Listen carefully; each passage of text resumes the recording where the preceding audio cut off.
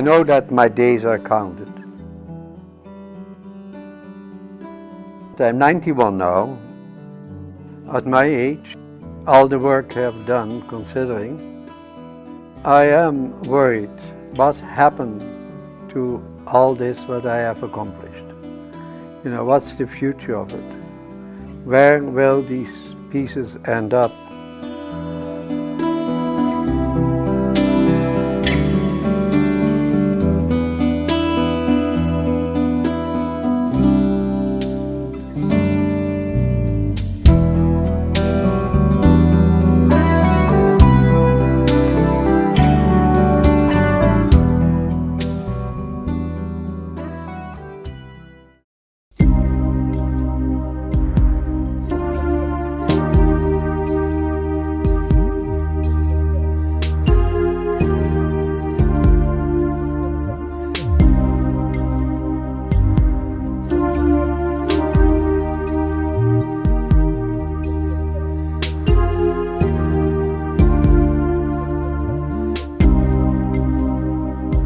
A wonderful, though sadly relatively unknown, part of our Canadian cultural heritage is at risk of being lost forever in the black hole of obscurity.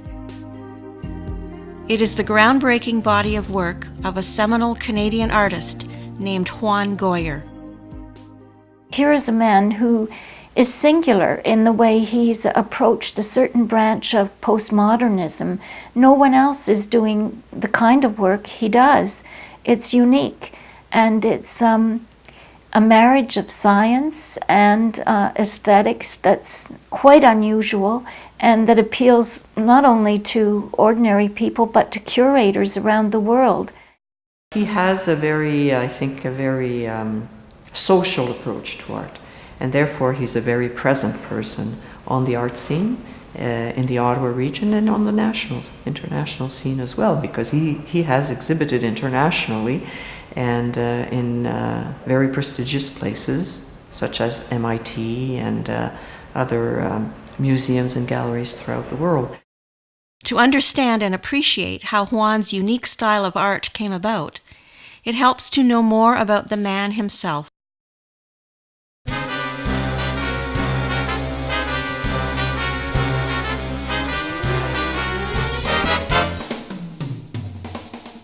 His life story reads like something out of Hollywood. Born into a family of artists and peace activists in Holland in 1917, Juan was the eldest son in a family of 11 children. My father was an artist, and he really was an artist. And his main thing was stained glass windows, but later he also did a lot of murals for big buildings and churches. Now, my mother also was an artist, really. They worked together on this for a while in Holland. They married. Then, of course, he decided to be consequent and try to create a new form of what he called sacred art for the churches that would be more powerful and more modern. And unfortunately, the clergy at that time, they didn't like it. So when he made windows for a certain church, then they tried to refuse it, they didn't want to pay, and so that was quite a terrible conflict. So the family moved to the welcoming and thriving artistic environment of pre-war Germany.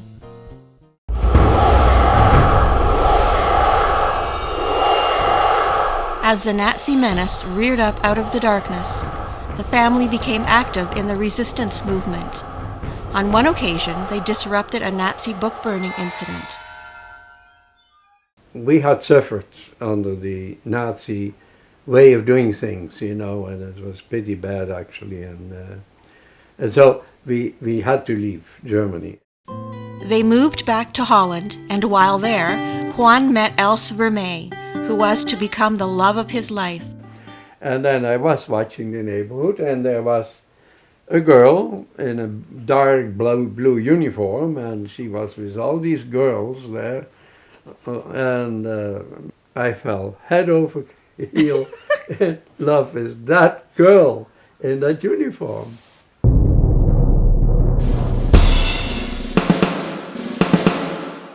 By 1938, the Nazi threat was getting worse, and Europe was in turmoil. We knew that they were planning on a war.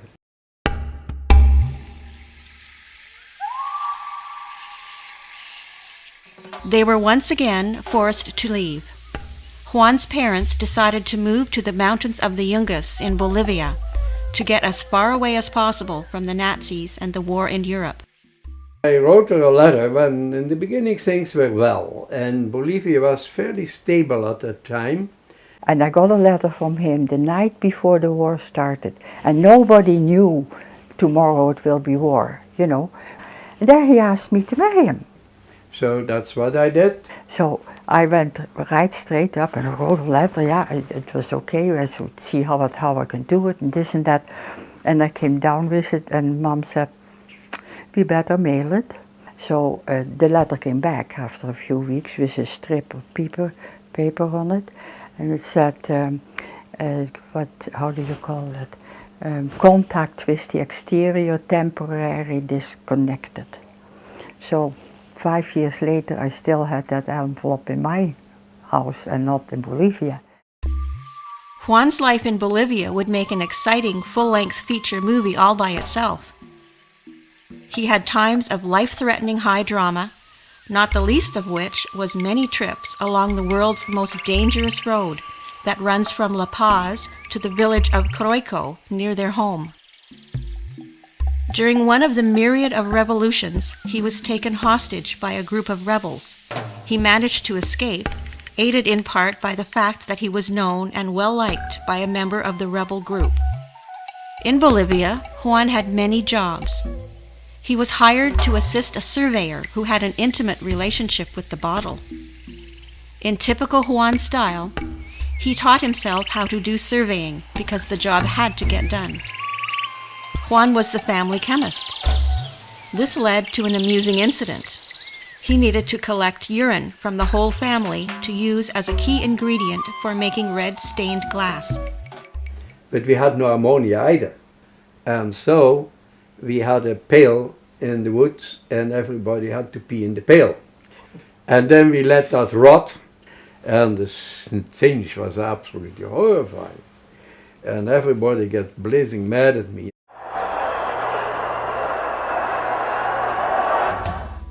Six long years after they met and fell in love in Holland, Else was finally able to join Juan in Bolivia. They were married, and soon after began raising their family. And there were always revolutions. There were revolutions where, again, you know, I was only 2 years old. I don't remember it all, but I remember being told that I was put in the cast iron bathtub because people are, you know, either one side or the other, the army or the rebellion guys, they were running across the roof and, you know, shooting and whatnot. There were adobe houses with flat roofs, right? So they just run all the way down. So, you know, we were in the bathtub. So anyway, Mom wanted to get us out of there pretty badly. The revolutions, we had to leave.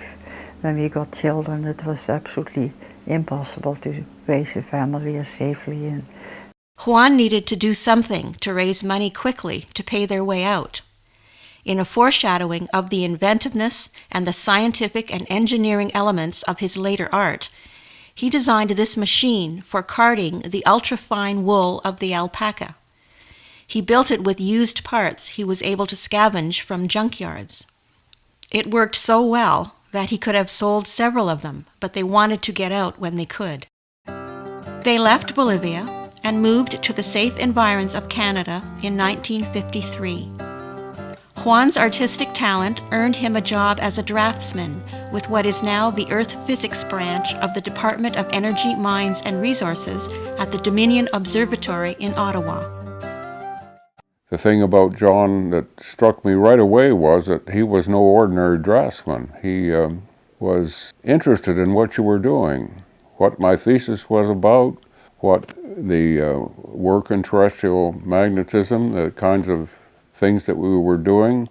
In spite of having only 4.5 years of formal schooling, his understanding of the scientific principles behind the materials he was creating, and his talent for explaining them graphically, was so impressive that he was invited to co-write a scientific paper. And he made these drawings. I said, maybe I should show him these things, you know, they may be interesting. So I showed him these things. And the guy, he scratched his head, and then he rolled them up, and he went off. Whew, he said, me, I did something I'm not supposed to do. Then he came back with the director, Dr. C.S. Beals, a big shot, with the title, the Dominion Astronomer, you know. He was a real big shot. He clapped me on the shoulder and said, Juan, you want to write a joint paper with us about this? And we did write it. Wow. Yeah. Juan is an insightful philosopher.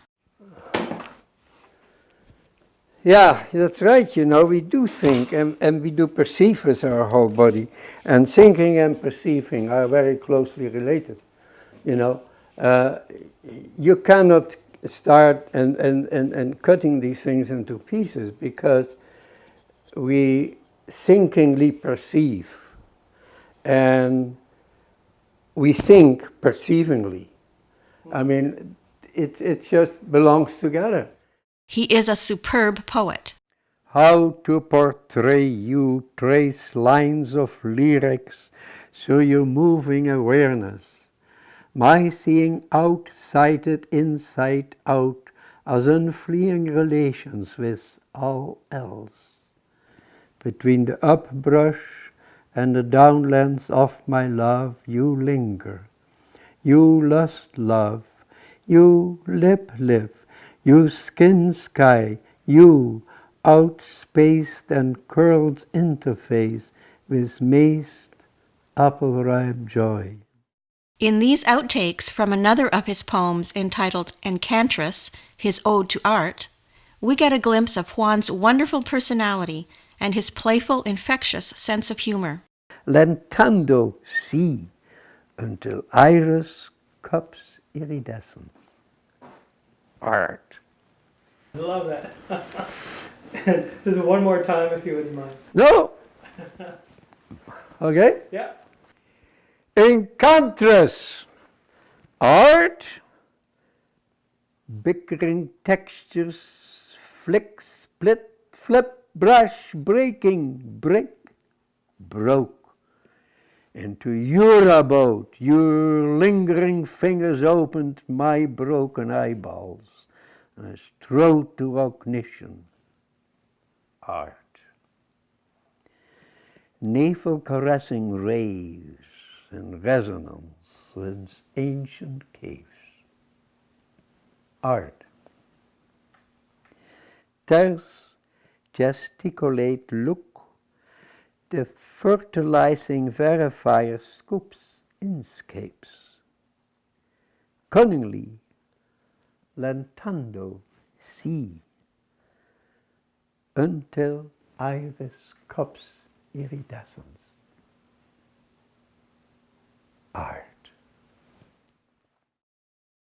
My favorite painting in the house was one of John Geuer's. It was Chinese lanterns, and I asked my father about it, and he'd explained that it was John Geuer's work, and it was a study of conic sections, and there was parabolas in it, and I really liked that, and the idea of that, wow, this isn't just a picture of plants, it was actually an exploration into something broader and more deeper, and using scientific method and that sort of thing. And that inspired me, actually, to pursue fine art. Not only has Juan been both a mentor and an inspiration to aspiring artists, he has also had a profound impact on many other young people through his involvement with Amnesty International. The neat thing about the group, it was a fairly small number of people. There was about 15 involved. There was an opportunity for each person to use their own particular talents in order to collectively do the work, which is on behalf of prisoners of conscience. Right? Juan's particular forte, besides his personal experience, was as an artist. And we had developed a plan to try and engage the young people of Lanark County, primarily through the high schools. His particular strength was his ability to engage the kids. He was able to tell his own personal stories in a very accurate and feeling way that made history of 50 years ago very, very real for these kids. And he was able at the same time to challenge them enough so that it wasn't just a story that happened to somebody else, but it was a story that could happen to them and was happening to other young people around the world. So we were able to take something that happened years ago, bring it up to the present, and then talk about world issues anywhere in the world, and try and relate that back to life in Lanark County. And it seemed to have quite an effect.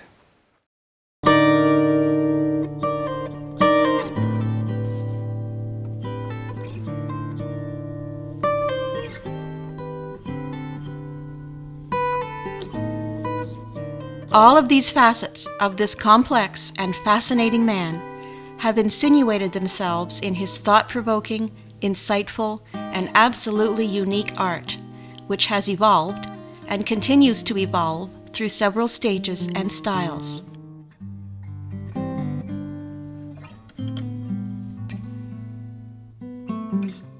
We can't begin to cover the full extent of his remarkable body of work in this short film, but the very small sampling that is included hints at the scope and brilliance of his work. Early on, he worked primarily with paints.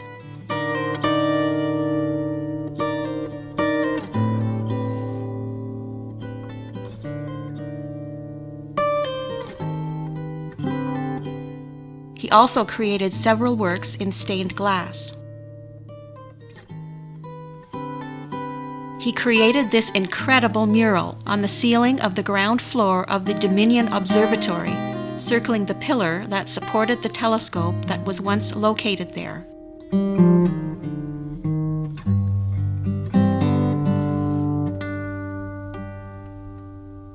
What I like best about my father is his curiosity. Ever curious and ever eager to experiment, he has expanded his palette to include light, sound, motion,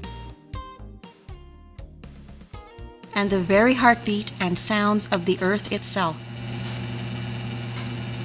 The point of most of them is to have the same emotional impact and to make you aware of some natural beauty or some natural law that he accomplishes in his art.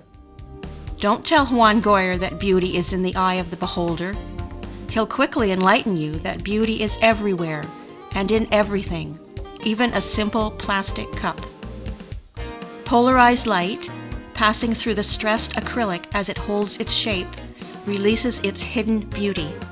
The first piece I saw that day when I went out that has stayed with me for a long time is called My Cup Runneth Over.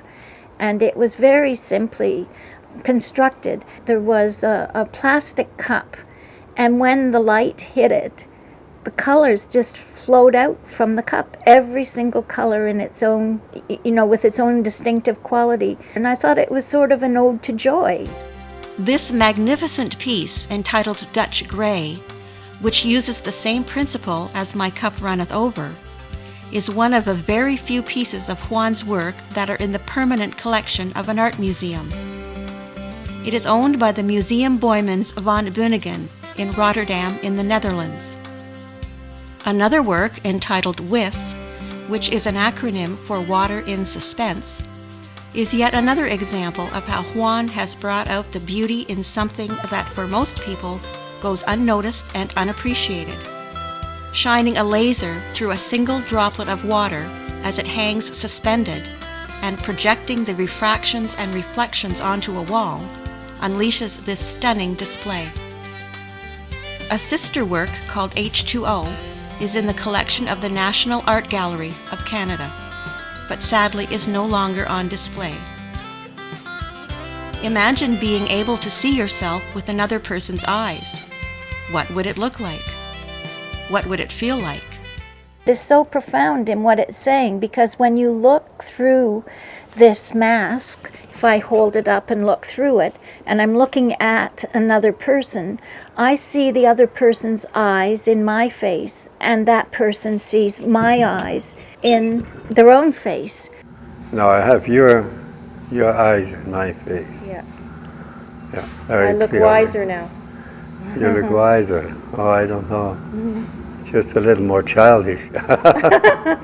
Yeah. So it's quite a philosophical statement, as well as being a beautiful object. And that is something that I found consistently true of every piece of work of Juan's I've seen.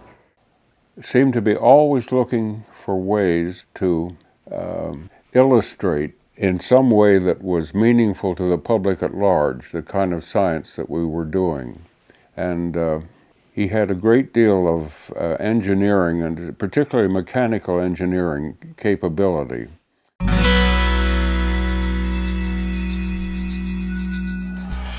The delicate and elaborate aesthetics of this work in and of themselves make this an exquisite work of art. But this is Juan Geuer's art that we're talking about, so it's much more. I was very impressed with his seismograph. It was just amazingly sensitive. Shortly after he set this up, this Egyptian earthquake was triggered, and he picked it up. If you move this and you're very quiet and you sit down there and you meditate on this thing, then you engage in a dialogue with the earth itself. If you really believe that the earth is a living entity, you know, Gaia idea is great. Now you can talk to her. It's mounted on a concrete pad that is in turn mounted directly onto the bedrock in the basement of the Ottawa Art Gallery. Juan calls it a people participating seismometer because it is so sensitive that it interacts with a person moving around the room. Happily, Al Asnam is another work that has found its way into a permanent collection, and better still, it is on permanent display. Some critics claimed that Juan was merely a technician, building scientific devices. John's stuff is obviously going to get a wide range of reactions, and I did hear that one of his pieces, people got so upset with it, thinking it was just scientific equipment, and you know, this doesn't belong in an art gallery, it belongs in a laboratory. Get it out. And if I'm not mistaken, I think it was damaged as a result. Juan refuted this brilliantly by explaining that the art was not in the devices that he created, but rather in the hidden beauty that they revealed. This brilliant work, entitled The Loom Drum, is equal parts creative genius and precision science. It was first exhibited at the Massachusetts Institute of Technology. The Loom Drum is centered on the recording of all earthquakes in North America over magnitude 4 over a period from 1960 through 1989. This 30-year time frame was then compressed to play out in 15 minutes. Each earthquake is represented by a click and a corresponding flash of light. Stronger events have a brighter flash. On the reverse side, each earthquake is superimposed on a geological map of North America in its precise time and place. As sometimes happens when creating works that go in completely new directions, the Loom Drum uncovered some unexpected patterns. Some jazz players came by, and then one fellow, he had a guitar and he started strumming a little. And then he said after a while, he was sitting there and he said, you know, we call it cluster rhythm. Rhythm is usually related to beat. Bum, bum, bum, or 1, 2, 3, dum, dum, dum, dum, dum. But here there is no counting of that sort. There is still a sort of rhythm, but it is a rhythm that is much more biological, we would say now, right? It's more nature does that. And I was actually offered money for it to sell this to a science museum. But that's not where these things belong, because I have, I have my criticism about science. It's too one-sided. Sure, I mean, proofs are great, but one thing we should never remember, that wonderment, so the kind of things, the attraction that lives in nature and it bonds us together, you know, is so terribly important, and so wonderment is more important than proof, because wonderment clarifies values, and value engenders action. If we know that something is valuable, we will act on its behalf.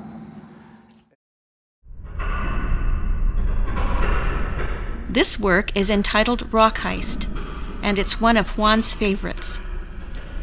The sound is derived from the sounds of the loom drum lowered in pitch. It's so interesting that nature always surprises us. There's also the things we don't expect the things, you know, and then all of a sudden you hear these beautiful, beautiful, calming sounds, and these are earthquakes. And these rocks, this is marble.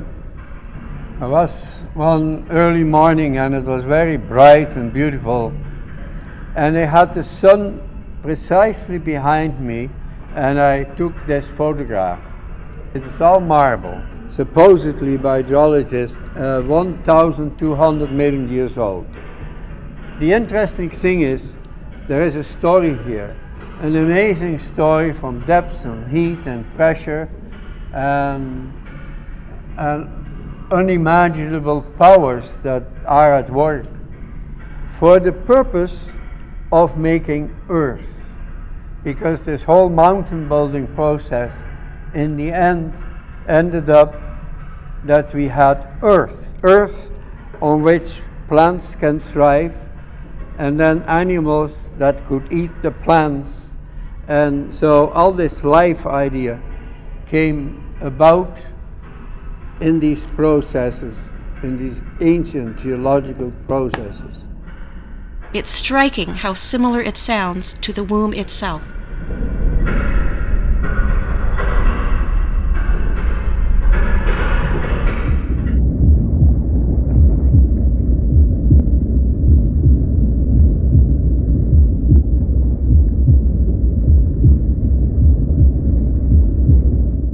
Mother Earth, Gaia, is indeed speaking to us. It boggles the mind when you think of it.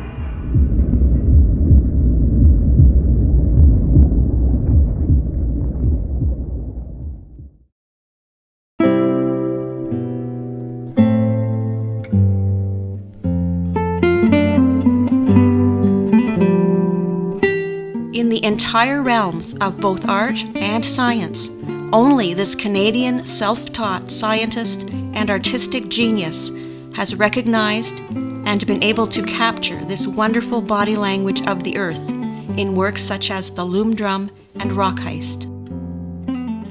Yet today, Rock Heist, along with others of his finest works, sits dismantled in a storage shed outside his home. Some of his works are even exposed to the elements. All but a few are unexposed to the eyes and minds of those who would appreciate all that they can communicate to us. When I went out to see Juan's exhibition at the Mississippi Textile Museum in Elmont, I was struck by how forceful it was, and I think that was partly due to the fact that there were so many works brought together, and as an entity they had much more power than I remember seeing in individual shows. Not that the individual works aren't powerful, they are, but there's a resonance that comes from seeing them all together, a coherence that is very, very interesting and pleasurable visually. And on the way back from that exhibition, as we were driving home, I thought, wouldn't it be wonderful if his works could permanently be displayed there?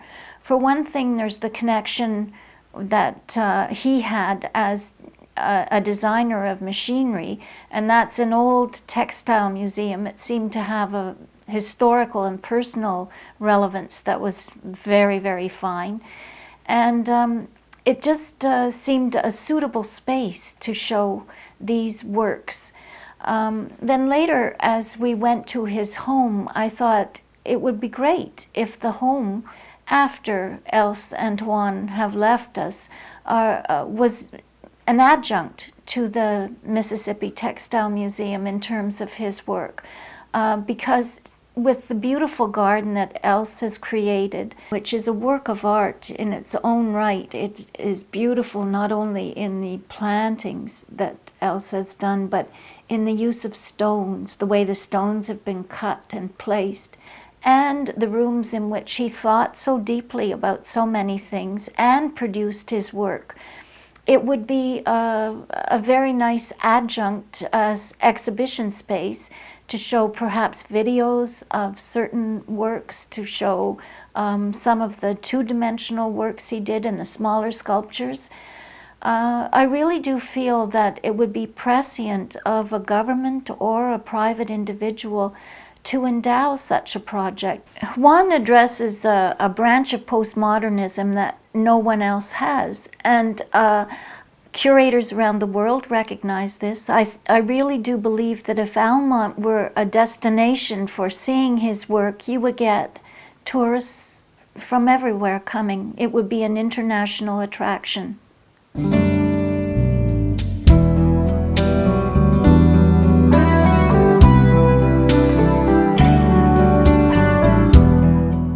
Can something be done to save this magnificent legacy from the void of oblivion?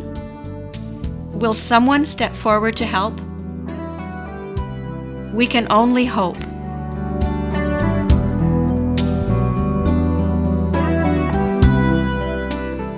For me, it's a nightmare to think of it, that this would get lost.